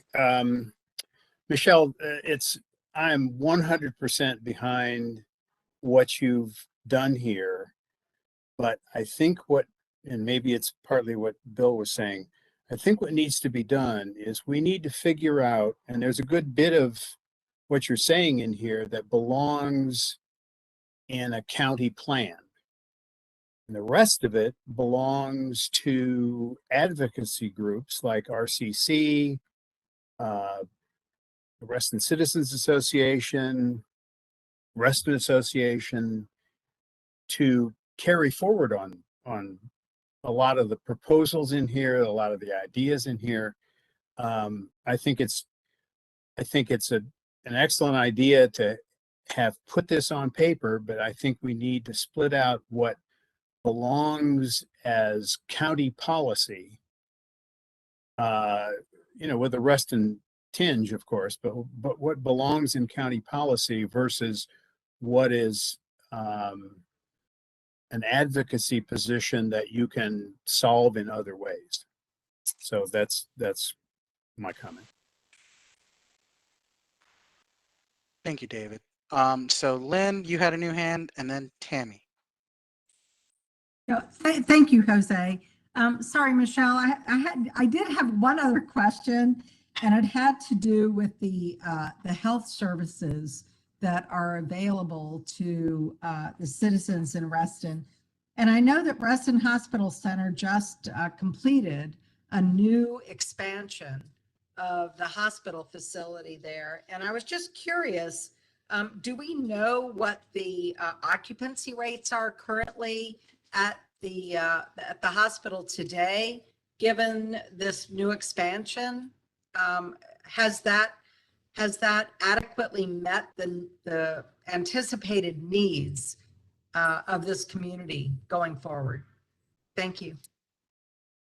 Thanks, Lynn. I don't have access to that data, but I think it would also be probably somewhat difficult to look at right now, given that we're still in the middle of a pandemic, and say whether or not that would be indicative of what we would need. I mean, hopefully we'll be out of this at some point. So that's all I will say, but I do not have the occupancy data. I think there might be that one site that might provide some of that, but that's it. I think right now would be a hard time to gauge things by. Thank you, Michelle. I appreciate it. Lynn, there are 231 acute care beds at Right. Reston Hospital Center. And I don't believe any additional were added through the expansion. This is something that Michelle and I did talk about early in the pandemic when we start talking about the chapter. You know, a lot of what this community health chapter is going to be about is collecting the data points that we were not able to get from staff and actually start tracking them. Because once we can start tracking data, then we can start as a community deciding what our requirements are.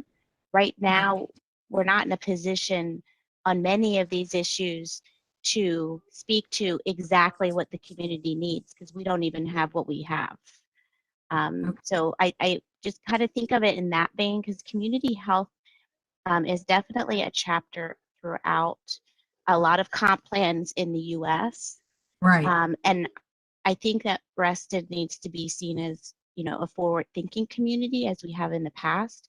So just adding it here is kind of a win. The next version of this, I think, will be much better because we'll have those data points and as a community be able to say, okay, this is what we're missing and this is exactly what we need. That's the piece that Michelle and I have talked about for months and haven't really been able to put together. Yeah. Thank you. Thank you, Jennifer. And thank you, Michelle. Thank you, Lynn. Tammy? Thank you. Jennifer and Michelle, wow. Thank you so much. I know you all have been working for well over a year on this. I want the first thing I want to say is your type is clear. Your the way you've structured it with your formatting, it's easy to read. I applaud you. One thing I would like to say, by the way, in this chat, John Mooney is talking about public certificate of need. You need to have that conversation offline with Michelle. She's really an expert on that, John Mooney. But one thing I do want to say to everybody on the task force, please don't assume that our water supply is across the board regulated. We were shocked. I guess it's 2 years ago now to find out, and I don't know who in Reston has a private well. So this is for the county as a whole, and there are many people right outside Reston who have private wells. The county does nothing to regulate private wells and water security. And we were told, buyer beware. People who buy houses with, and this is somebody, a director in the health department. So it's not some, buddy that jumped out of a truck and told us this. Buyer beware. People who buy homes on private wells know what they bought, quote unquote. I was appalled, and I would, in my wildest dreams, I would have never thought that the county didn't have a well inspection system and a requirement that, like your septic system, you have to have that pumped every 5 years. Those records are kept by the county to try to keep our septic system regulated in some fashion. There's nothing for private wells, apparently. So anyway, keep that in mind. Regarding the comment that golf courses don't belong here and they are private and blah, blah, blah, whatever the heck that was about. Golf courses are, as Michelle pointed out, that's a mental health thing. There are paths that go through both golf courses. Anybody can walk through those paths that RA maintains, and it's a mental thing to be in nature. I don't know how many webinars I have listened to since working on this master plan that emphasize that over and over, especially with COVID. Get out in nature, take a brief walk, just being exposed to fresh air, trees, grass, wildlife, and other plants is restorative. So for a community health chapter, absolutely. Please keep your golf courses. I do have some empathy for the mandates. I think this is aspirational, but I applaud the authors for bringing it forward so that it's in our forefront of our minds, whether or not it's goes into some of it into an appendix, maybe, I don't know, but I certainly am impressed by the work done on this and by the careful organization of it. I thank you so much for the work you've done. Thank you. Thank you, Tammy. Any other hands? And I see a hand, but I don't know if it was up. It went down. Any other comments from task force members? So Jose, I've got some. Yeah, I was just about to call on you, John. Okay. So John, do you want to go? And then after that, I see Gary also has a hand. John, go ahead. Okay, just a little list of things. I think this is happening throughout the country in master plans and comprehensive plans. These health, and a lot of people, almost every jurisdiction is struggling with what these are actually going to be. Are they more a series of broad ideas that get implemented in other areas? But so I think it's great that we're trying this out in Fairfax. I think it's the first one in Fairfax, and I hate to see us left behind other jurisdictions. So yeah, we definitely should have a chapter like this. I think when Michelle went through this, I was more thinking about the other chapters and have we said enough in the other chapters? And I'll give some examples. One is the land use chapter. This notion of the hospital and other medical offices. Have we said enough in the land use chapter to promote that? And I've forgotten what we've said in the land use chapter about the hospital. I don't think we've said anything about medical facilities, more decentralized ones, but we might take a look at that. HHS, there's a little bit about HHS, and so public facilities ought to latch on to that as the implementing tool. Safe route to schools, I think transportation probably ought to, good to mention it here, maybe transportation picks up on it and implements it. The circuit stations and park horses, things like that, sounds like an open space thing. So again, good to mention here and have some aspirations, but if we want specifics, probably put it in the open space. Same thing with the playground idea. Same thing with I got interested in the food part, the grocery stores and micro food facilities. I don't believe we've said anything in the village centers. We probably ought to at least say something about that. And maybe in some of our other areas with the smaller food facilities. Connecting Reston neighborhoods. I believe we've said a little bit about that, but maybe we ought to look at that again. And then in terms of some suggestions for this chapter, I would consider the following. The WNOD trail, I would not just talk about it, the trail. I like the idea of a sidewalk along Sunset Hills. That's good. But it's the trail plus the greenway that's next to that.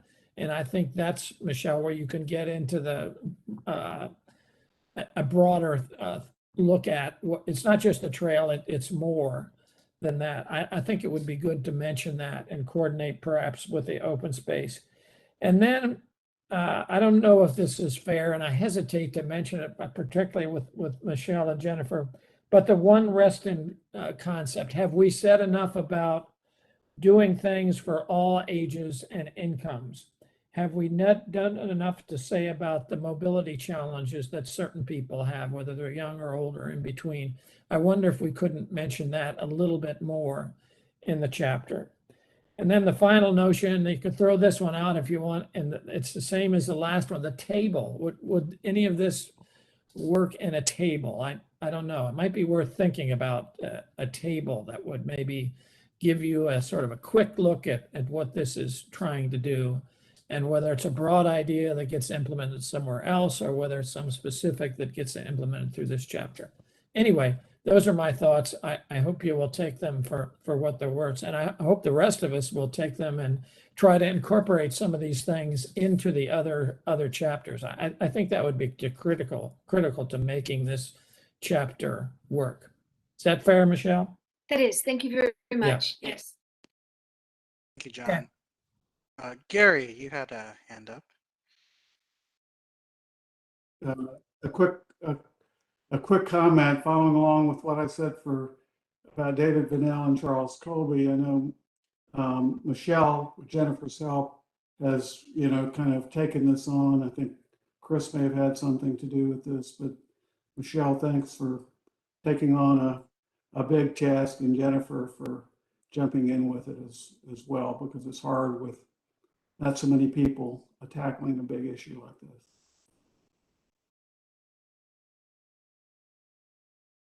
Thank you, Gary. Any other comments from task force members? I can't see everyone, so feel free to unmute if you have a comment or a question. And if I may right now, I do want to say thank you. We had a lot of incredibly valuable and important feedback and input, and a lot of work done. Jennifer, Chris, and Bill and Tammy, thank you very, very much.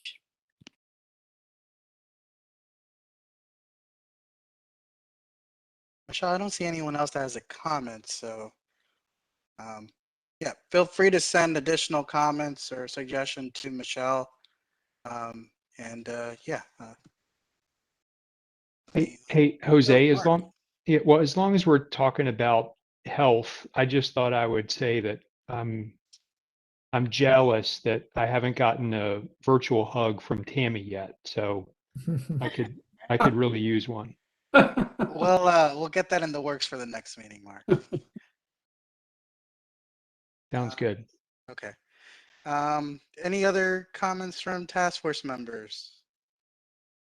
Okay, well, thank you so much, Michelle, for sharing this with the group task force. Thank you very much. So the last thing on the agenda, well, second to last thing on the agenda is public art. And Tammy and Bill, I know you guys had worked on some language and edits. I'm happy to put it on the screen if you guys wanted to lead that discussion. I know you guys Yes, please. Kind of work through some of the last minute items on there. So yeah, Tammy or Bill, please feel free to go ahead on. I'll go first and Bill can follow. Okay. This is a page and a quarter maybe. We've changed the format a little bit. The ideas are primarily the same. It's so short. I hope you all have had a chance to read it.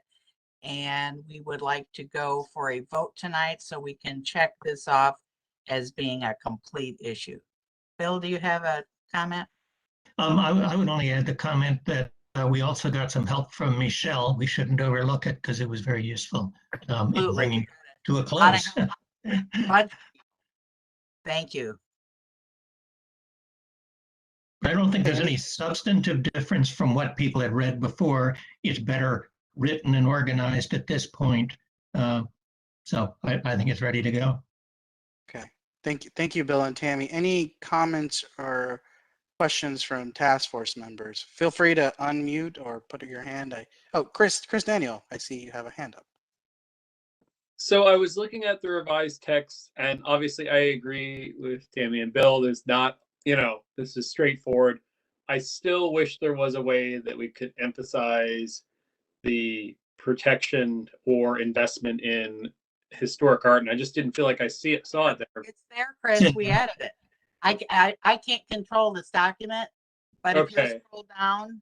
Okay, yeah. Just show me then, because maybe I'm looking at the wrong version on mine. Yeah, no, it's there.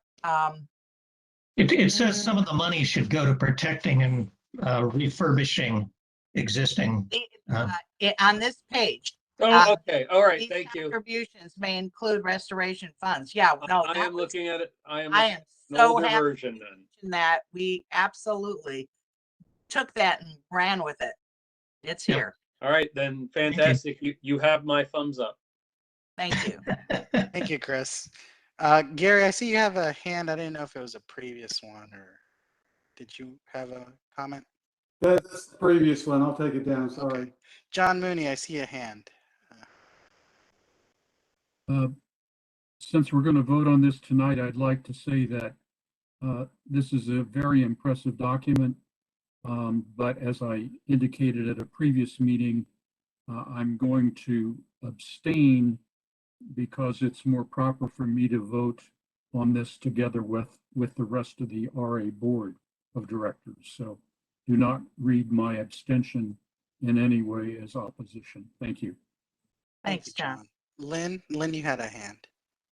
Yeah, so I don't know if we're using Robert's rules for the task force, but I would like to move that we accept the public art chapter for adoption by the Comprehensive Plan Task Force. I second that. I don't know if Jan beat me or not. Okay, that's good. I know that in the September meeting, I know we didn't do like a vote. So if I recall correctly, what we did was, as far as getting initial task force approval, if there were any objections. But yeah, we could do that too if you guys want to do a public art. Well, whatever works for you all, but I think this is a fabulous, work of art. Excuse the pun. No, it's well needed in this for this. Okay, so does everyone on here that has any concerns about how this draft is there anybody there? If not, I think we do get initial task force approval for this, and ultimately this will come back to you guys all for final say on any updates or changes. Yeah, we can raise our hand if we want, our little hand. Yeah, if that's helpful. If you guys want to raise your little hands or virtual hands, please do so. So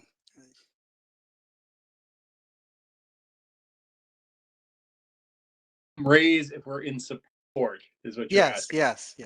Okay. In support, yeah.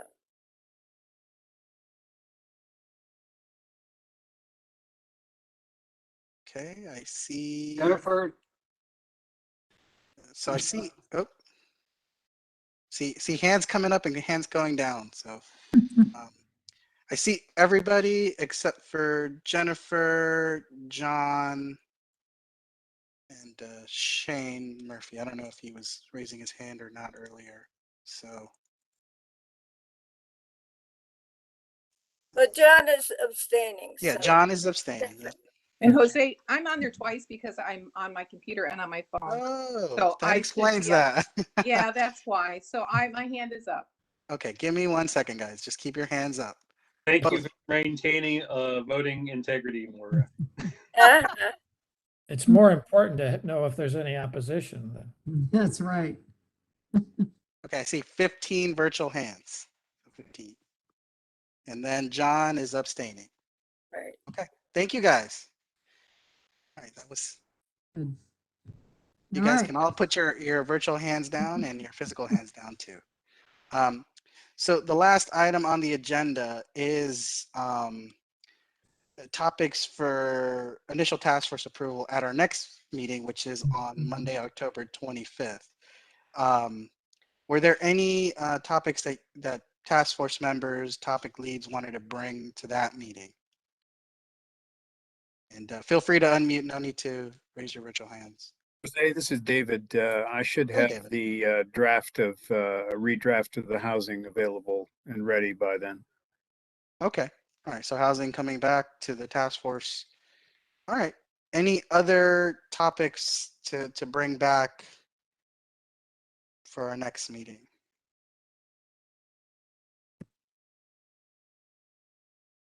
John? Yeah, John Mooney, go ahead. Bill Penniman, Gary Malpin, and I are having a feedback meeting with Fairfax County DOT tomorrow. So depending on how that goes, we may be able to bring back not the text, but an issues list on transportation, on the transportation chapter. And after getting the task force's response to those issues, we will then proceed to write a final draft. Okay, so you're just more or less kind of bring it for discussion and some of an update. Yeah, versus- but basically, everybody has the whole text as it stands. Everybody knows what the proposed changes are. Once we incorporate the feedback from Fairfax County DOT, we'll be able to have all of the issues addressed and bring it to the task force for a vote on the issues. Okay, all right. Thank you, John. Any other topics for discussion? I know that transportation is maybe something that may take. I think, Jose, we had promised 2 weeks ago or a week ago that the land use chapter would be updated with the edits from everyone that we had received Okay. edits from. So, we are going to do our best to be able to bring those back to the task force on the 25th, as we had originally promised. Thank you, Lynn. So I know that housing was at the end at the last meeting. So why don't we bring that first? And I know Lynn, I know you wanted to bring land use as well, and then we'll plan on transportation towards the end of that meeting if we can. If not, we'll continue that dialogue at the following meeting on the 1st. So is that a general okay flow for that? Jose, Go ahead, Tammy. One suggestion. Mhm. If we run, if we have nothing to talk about, we still have time in the 2 hours. Let's review the planning principles and get that out of the way so that we can check that off the list. Okay. Yeah, and I know Very there was an added principle on equity, right, Tammy? Yeah, I'll put out the all 12. Okay. So everybody will know what those are. Jose, Yes, I have my Chris. hand up, but sorry. one thing I wanted to suggest is not a section, but it was a question I raised with you and the supervisor about how we move next steps for when we start to go out for feedback on the draft plan update. And I raised the question about boards, authorities, and commissions. And there are a lot of them in Fairfax County, many of which intersect, obviously, Reston, and how we might better make sure those groups are aware of that public comment effort we're undertaking, so that if they might want to provide insight from a Reston's perspective, obviously some of them don't have any real interest in Reston, how we might encourage that. Because as a member of a board, I will tell you that we don't always know about these things happening. And while one might say, well, that's your job as a citizen to know, I think if we cast a wide net, we're getting the best information. And so I suggested to Jose we talk about how we might do that in a equitable manner. No, thank you. And Supervisor, I know you wanted to jump in right there. Yeah, let me just jump in and let me first say I've been listening for the last hour after I joined. So you guys are doing great. Jose, you're doing a fantastic job. And it's only 9:01 and you're basically through the agenda. But yeah, Chris, it's a great suggestion. What we might do is maybe we have an email list of all members of our boards and commissions from the Hunter Mill District. And so maybe sending out through there, through that, basically distributing it to that list and encouraging them to provide feedback or participate. Sounds like we solved the problem right there. Yep, we got a nice list for that. Yes, we Would do. this be for the public, when we go public, or is this now? This is for our public. Chris, I thought I heard Chris suggesting that would be as part of the public input. I suggested it during the public because obviously this task force is composed of members from various different backgrounds, boards, commissions, other walks of life. But I just wanted to make sure that we did as much outreach as possible, since that's thank you. the theme under here.